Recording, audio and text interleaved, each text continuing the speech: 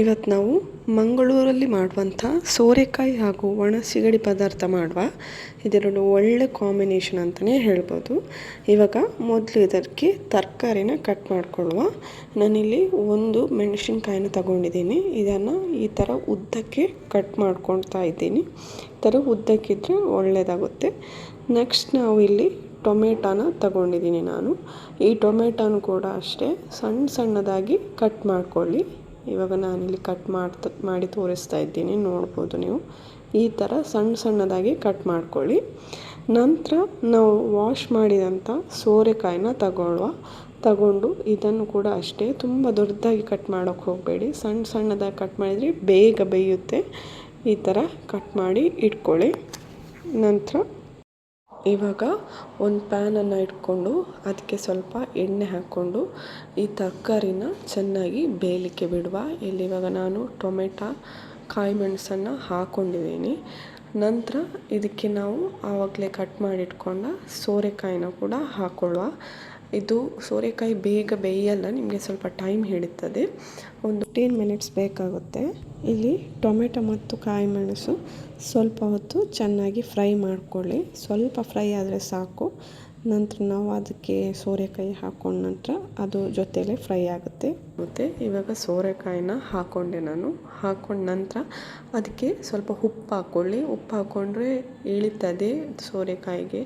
ಹಾಗಾಗಿ ಉಪ್ಪು ಹಾಕ್ಕೊಂಡು ಅದಕ್ಕೆ ಇದು ಬೇಯ್ತಾ ಇರುವಾಗ ನಾವು ಈ ಕಡೆ ಮಸಾಲ ಕೂಡ ರೆಡಿ ಮಾಡ್ಕೋಬೋದು. ಇವಾಗ ನೀರು ಹಾಕ್ಕೊಂಡು ಇದನ್ನು ಕ್ಲೋಸ್ ಮಾಡಿಕೊಂಡು ನಾನು ಇಡ್ತೀನಿ. ನಂತರ ಇದಕ್ಕೆ ಎಷ್ಟು ನೀರು ಬೇಕು ಅಷ್ಟು ನೀರನ್ನು ಹಾಕ್ಕೊಂಡು ಒಂದು ಸಲ ಮಿಕ್ಸ್ ಮಾಡ್ಕೊಳ್ಳಿ. ಚೆನ್ನಾಗಿ ಮಿಕ್ಸ್ ಮಾಡಿಕೊಂಡು ಪ್ಯಾನ್ ಲಿಡ್ಡನ್ನು ಕ್ಲೋಸ್ ಮಾಡ್ಕೊಳ್ಳಿ.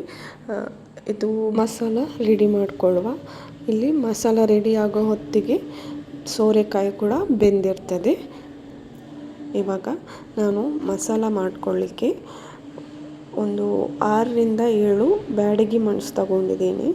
ಸ್ವಲ್ಪ ಕೊತ್ತಂಬರಿ ತಗೊಂಡಿದ್ದೀನಿ, ಸ್ವಲ್ಪ ಜೀರಿಗೆ, ಸ್ವಲ್ಪ ಸಾಸಿವೆ, ಸ್ವಲ್ಪ ಮೆಂತೆ, ಹುಳಿ, ಬೆಳ್ಳುಳ್ಳಿ, ಈರುಳ್ಳಿ ಇಷ್ಟು ಇದನ್ನು ತಗೊಂಡಿದ್ದೀನಿ. ಇಲ್ಲಿ ಒಂದು ಪ್ಯಾನ್ ತಗೊಂಡು ಇವಾಗ ಇದನ್ನು ಸ್ವಲ್ಪ ಫ್ರೈ ಮಾಡ್ಕೊಳ್ಳುವ. ಇಲ್ಲಿ ಎಲ್ಲ ಪದಾರ್ಥಗಳನ್ನು ಹಾಕ್ಕೊಳ್ಳಿಕ್ಕಿಲ್ಲ, ಕೆಲವು ಐಟಮನ್ನು ಅಷ್ಟೇ ಹಾಕ್ಕೊಂಡು ನಾನು ಹುರಿದುಕೊಳ್ತೀನಿ. ಇವಾಗ ಮೆಣಸು ತಗೊಂಡೆ. ಮೆಣಸನ್ನು ಸ್ವಲ್ಪ ಹೊತ್ತು ಫ್ರೈ ಮಾಡ್ಕೊಳ್ಳಿ. ಮೆಣಸು ಸ್ವಲ್ಪ ಫ್ರೈ ಆದ ಹಾಗೆ ನಾವು ಕೊತ್ತಂಬರಿ ಕಾಳನ್ನು ತಗೊಳ್ಳುವ. ಕೊತ್ತಂಬರಿ ಕಾಳನ್ನು ಕೂಡ ಇದಕ್ಕೆ ಹಾಕ್ಕೊಂಡು ಸ್ವಲ್ಪ ಫ್ರೈ ಮಾಡ್ಕೊಳ್ಳಿ. ಅದು ಬ್ರೌನ್ ಕಲರ್ಗೆ ಟರ್ನ್ ಆಗೋ ಹೊತ್ತಲ್ಲಿ ನಾವು ಜೀರಿಗೆ ಕಾಳನ್ನು ಕೂಡ ಹಾಕ್ಕೊಳ್ಳುವ. ಇಲ್ಲಿ ನಾನು ಸಾಸಿವೆ, ಹುಳಿ, ಮೆಂತೆನ ಇಲ್ಲಿ ಫ್ರೈ ಮಾಡ್ಕೋತಾ ಇಲ್ಲ. ಮತ್ತು ನಾವು ಗ್ರೈಂಡ್ ಮಾಡ್ಕೊಳ್ಳುವಾಗ ಅದನ್ನು ಹಾಕ್ಕೊಂಡು ಗ್ರೈಂಡ್ ಮಾಡ್ಕೊಳ್ಳುವ. ಇವಾಗ ಕೊತ್ತಂಬರಿ ಕೂಡ ರೋಸ್ಟ್ ಆಗಿದೆ, ನೋಡ್ಬೋದು. ಇವಾಗ ಜೀರಿಗೆ ಕಾಳನ್ನು ಹಾಕ್ಕೊಳ್ತಾ ಇದ್ದೀನಿ ನಾನು. ಜೀರಿಗೆ ಕಾಳು ಕೂಡ ಜೊತೆಲೇ ಎಣ್ಣೆಯಲ್ಲಿ ಚೆನ್ನಾಗಿ ರೋಸ್ಟ್ ಆಗಬೇಕು. ರೋಸ್ಟ್ ಆದ ನಂತರ ಇಲ್ಲಿ ನಾನು 4 ಬೆಳ್ಳುಳ್ಳಿ ತಗೊಂಡಿದ್ದೀನಿ. ಬೆಳ್ಳುಳ್ಳಿನ ಕೂಡ ಅದಕ್ಕೆ ಹಾಕ್ಕೊಂಡು ನಂತರ ಆವಾಗಲೇ ನಾವು ಕಟ್ ಮಾಡಿ ಇಟ್ಕೊಂಡಿದ್ವಲ್ವ ಈರುಳ್ಳಿ, ಅದನ್ನು ಕೂಡ ಅದಕ್ಕೆ ಹಾಕ್ಕೊಳ್ಳಿ. ಹಾಕ್ಕೊಂಡು ಒಂದು 2 ಮಿನಿಟ್ಸ್ ಎಣ್ಣೆಯಲ್ಲಿ ಚೆನ್ನಾಗಿ ಫ್ರೈ ಮಾಡ್ಕೊಳ್ಳಿ. ಈ ಥರ ಮಾಡಿಕೊಂಡ್ರೆ ಮಸಾಲ ಕೂಡ ಒಳ್ಳೆ ಪರಿಮಳ ಬರುತ್ತೆ.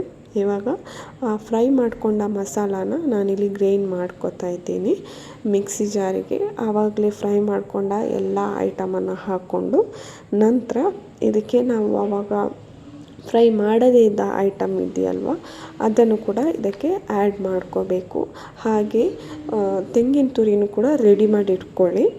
ಇವಾಗ ಇದಕ್ಕೆ ನಾವು ಖಾರಕ್ಕೆ ಬೇಕಾಗಿ 2 ಗುಂಟೂರು ಮೆಣಸನ್ನು ನಾನು ಹಾಕ್ಕೊಂಡಿದ್ದೀನಿ. ನಾನು ಆವಾಗ ಫ್ರೈ ಮಾಡಲಿಲ್ಲ, ಯಾಕಂದರೆ ಇದು ಬೇಗ ಬ್ಲ್ಯಾಕ್ ಆಗಿ ಟರ್ನ್ ಆಗುತ್ತೆ. ಅದಕ್ಕೆ ನಾನು ಡೈರೆಕ್ಟಾಗಿ ಹಾಕ್ಕೊಡ್ತಾ ಇದ್ದೀನಿ ಮಿಕ್ಸಿಗೆ. ಇವಾಗ ಹುಳಿ ಹಾಗೆ ತುರಿದಿಟ್ಕೊಂಡ ತೆಂಗಿನ ತುರಿನ ಕೂಡ ಹಾಕ್ಕೊಂಡಿದ್ದೀನಿ. ಹಾಕ್ಕೊಂಡ ನಂತರ ಇದಕ್ಕೆ ಇವಾಗ ಸ್ವಲ್ಪ ಅರಶಿನ ಹುಡಿನ ಹಾಕ್ಕೊಳ್ತಾ ಇದ್ದೀನಿ. ಅರಶಿನ ಹುಡಿ ಹಾಕ್ಕೊಂಡ ನಂತರ ಅದಕ್ಕೆ ಸ್ವಲ್ಪ ಆವಾಗ ನಾವು ರೆಡಿ ಮಾಡಿಟ್ಕೊಂಡ ಸಾಸಿವೆಯನ್ನು ಹಾಕ್ಕೊಂಡು ನೀರು ಹಾಕ್ಕೊಂಡು ಗ್ರೈಂಡ್ ಮಾಡ್ಕೊಳ್ತಾ ಇದ್ದೀನಿ. ಇವಾಗ ನೀವು ನೋಡ್ಬೋದು ಗ್ರೈಂಡ್ ಆಗಿದೆ ಮಸಾಲ. ಈ ಥರ ಗ್ರೈಂಡ್ ಆದರೆ ಸಾಕು. ಇವಾಗ ನಾವು ಒಂದು ಪ್ಯಾನ್ ತಗೊಂಡು ಒಣ ಸಿಗಡಿ ಇದೆಯಲ್ವ ಅದನ್ನು ನಾನು ಫ್ರೈ ಮಾಡ್ಕೊಳ್ತಾ ಇದ್ದೇನೆ. ಸ್ವಲ್ಪ ರೋಸ್ಟ್ ಆದರೆ ಸಾಕು. ಈ ಸಿಗಡಿಯನ್ನು ನಾನು ಆವಾಗಲೇ ವಾಶ್ ಮಾಡಿಕೊಂಡು ಸ್ವಲ್ಪ ಬಿಸಿಲಿಗೆ ಒಣಗಿಸಿಟ್ಟಿದ್ದೀನಿ. ಯಾಕಂದರೆ ಇದರಲ್ಲಿ ಮಣ್ಣೆಲ್ಲ ಇರುತ್ತಲ್ವ, ಆ ಮಣ್ಣೆಲ್ಲ ಹೋಗುತ್ತೆ ನಾವು ಸ್ವಲ್ಪ ವಾಶ್ ಮಾಡಿಟ್ಕೊಂಡ್ರೆ. ಹಾಗೆ ಸ್ವಲ್ಪ ಕ್ಲೀನ್ ಮಾಡ್ಕೊಂಡಿದ್ದೀನಿ, ಅದರಲ್ಲೆಲ್ಲ ಮುಳ್ಳಿರುತ್ತೆ ಅಲ್ವ. ಇವಾಗ ರೋಸ್ಟ್ ಆಗಿದೆ ನೋಡ್ಬೋದು, ಕಲರ್ ಚೇಂಜ್ ಆಗಿದೆ, ಟರ್ನ್ ಆಗಿದೆ. ನಂತರ ನಾವು ಆವಾಗಲೇ ಬೇಯಲಿಕ್ಕಿಟ್ಟ ಸೋರೆಕಾಯಿ ಇವಾಗ ಬೆಂದಿದೆ ನೋಡ್ಬೋದು ನೀವು, ಒಳ್ಳೆ ರೀತಿಯಲ್ಲಿ ಬೆಂದಿದೆ. ಇವಾಗ ಇದಕ್ಕೆ ನಾವು ಆಗಲೇ ಪೇಸ್ಟ್ ಮಾಡಿಕೊಂಡ ಮಸಾಲಾನ ಹಾಕ್ಕೊಳ್ತಾ ಇದ್ದೀನಿ. ಹಾಕ್ಕೊಂಡು ಇಲ್ಲಿ ನೀವು ಉಪ್ಪು ಬೇಕು ಅಂತ ಇದ್ದರೆ ಅಷ್ಟೇ ಹಾಕ್ಕೊಳ್ಳಿ, ಯಾಕಂದರೆ ನಾವು ಆವಾಗ ಸೋರೆಕಾಯಿ ಬೇಯಲಿಕ್ಕಿಡುವಾಗ ಉಪ್ಪು ಹಾಕ್ಕೊಂಡಿದ್ದೀವಿ. ಮಸಾಲಕ್ಕೂ ಕೂಡ ಅಷ್ಟೇ, ನೀರು ಬೇಕು ಅಂತ ಇದ್ದರೆ ಹಾಕ್ಕೊಳ್ಳಿ. ಇಲ್ಲಿ ನಾನು ನೀರು ಹಾಕ್ಕೋತಾ ಇಲ್ಲ, ಯಾಕಂದರೆ ಇಲ್ಲಿ ನೀರು ಇದೆ ಮಸಾಲಕ್ಕೆ, ಹಾಗಾಗಿ ನಾನು ಹಾಕ್ಕೋತಾ ಇಲ್ಲ. ಒಂದು ಸಲ ಇದನ್ನು ಚೆನ್ನಾಗಿ ಮಿಕ್ಸ್ ಮಾಡಿಕೊಂಡು ಉಪ್ಪು ಎಲ್ಲ ಕರೆಕ್ಟ್ ಇದೆಯಾ ಅಂತ ನೋಡ್ಕೊಳ್ಳಿ. ಬೇಕು ಅಂತ ಇದ್ದರೆ ಹಾಕ್ಕೊಂಡು ಇದನ್ನು ಒಂದು 5 ನಿಮಿಷ ಬೇಯಲಿಕ್ಕೆ ಬಿಡಿ. ಮಸಾಲ ಬೇಯಬೇಕು ಒಳ್ಳೆ. ಇವಾಗ ನೋಡ್ಬೋದು 5 ನಿಮಿಷ ಆಗಿದೆ, ಬೆಂದಿದೆ ಇದು. ನಂತರ ಇದಕ್ಕೆ ನಾವು ಆವಾಗಲೇ ಸಿಗಡಿ ಪುಡಿನ ರೋಸ್ಟ್ ಮಾಡ್ಕೊಂಡಿದ್ವಲ್ವ, ರೋಸ್ಟ್ ಮಾಡಿಕೊಂಡ ಸಿಗಡಿ ಪುಡಿನ ಇದಕ್ಕೆ ನಾನು ಹಾಕ್ಕೊಳ್ತಾ ಇದ್ದೀನಿ. ಹಾಕೊಂಡ ನಂತರ ಇದನ್ನು ಚೆನ್ನಾಗಿ ಮಿಕ್ಸ್ ಮಾಡ್ಕೊಳ್ಳಿ. ಇಲ್ಲಿ ನೋಡ್ಬೋದು ಕಲರ್ ಚೇಂಜ್ ಆಗಿದೆ. ಈ ಥರ ಕಲರ್ ಚೇಂಜ್ ಆದ ನಂತರ ತಗೋಬೇಕು. ಬೇಕಂದರೆ ಸ್ವಲ್ಪ ಸ್ಮ್ಯಾಶ್ ಮಾಡಿಕೊಂಡು ಹಾಕ್ಕೊಳ್ಳಿ. ಇದು ನಿಮಗೆ ಬೇಕು ಅಂತ ಇದ್ದರೆ ಅಷ್ಟೇ, ಇಲ್ಲದಿದ್ದರೆ ಹಾಗೇ ಹಾಕ್ಕೋಬೋದು, ಏನು ತೊಂದರೆ ಇಲ್ಲ. ಹಾಕ್ಕೊಳ್ಳುವಾಗ ಮೇಲಿಂದ ತೆಗೆದು ಹಾಕ್ಕೊಳ್ಳಿ, ಯಾಕಂದರೆ ಲಾಸ್ಟಲ್ಲಿ ನಿಮಗೆ ಅದರ ಹೊಯ್ಗೆ ಅಥವಾ ಈ ಸಣ್ಣ ಸಣ್ಣ ಮುಳ್ಳಿದ್ರೆ ಉಳಿತದೆ. ಇವಾಗ ನೋಡ್ಬೋದು ಈ ಥರ ಉಳಿದಿರ್ತದೆ, ಅದನ್ನು ಹಾಕ್ಕೋಬೇಡಿ ನೀವು. ಇವಾಗ ಚೆನ್ನಾಗಿ ಮಿಕ್ಸ್ ಮಾಡ್ಕೊಳ್ಳಿ. ಮಿಕ್ಸ್ ಮಾಡಿಕೊಂಡು ಒಂದು 2 ಮಿನಿಟ್ಸ್ ಬಿಡಿ ಬೇಯಲಿಕ್ಕೆ.